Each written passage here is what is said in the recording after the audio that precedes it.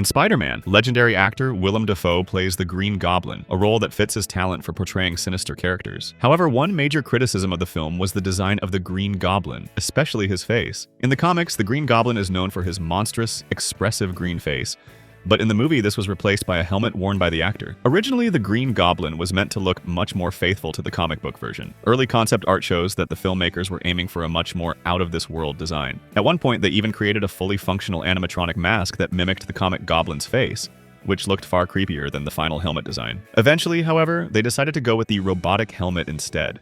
During the production of Spider-Man, several directors were considered for the project. Among them were Chris Columbus and M. Night Shyamalan, and at one point even David Fincher. Fincher had a very different vision for the film.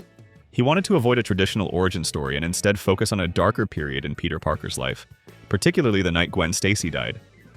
Sony rejected this idea, and eventually, Sam Raimi was chosen. At the time, Raimi was best known as a horror comedy director for his Evil Dead trilogy, as well as Darkman of 1990 starring Liam Neeson. He was also selected because he was a huge Spider-Man comic fan.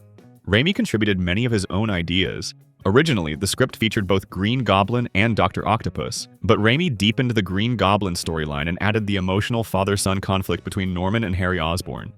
Everyone now knows James Franco as Harry Osborn, Peter Parker's best friend, but he was actually once considered for the role of Spider-Man himself. Other actors considered for Peter Parker included Leonardo DiCaprio, Heath Ledger, Chris Klein, Wes Bentley, and even Freddie Prinze Jr., who was at one point a serious candidate. Also, Franco ultimately got the role of Harry and dyed his hair blonde to resemble Willem Dafoe more closely.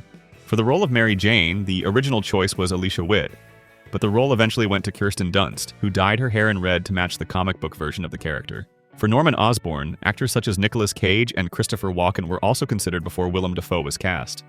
Over the years, it has become a tradition for Stan Lee to appear in Marvel films in cameo roles, such as a librarian, security guard, or mailman. In Spider-Man, this was his second cameo, appearing in the explosion scene. His first cameo was in the original X-Men movie, where he appeared on the beach.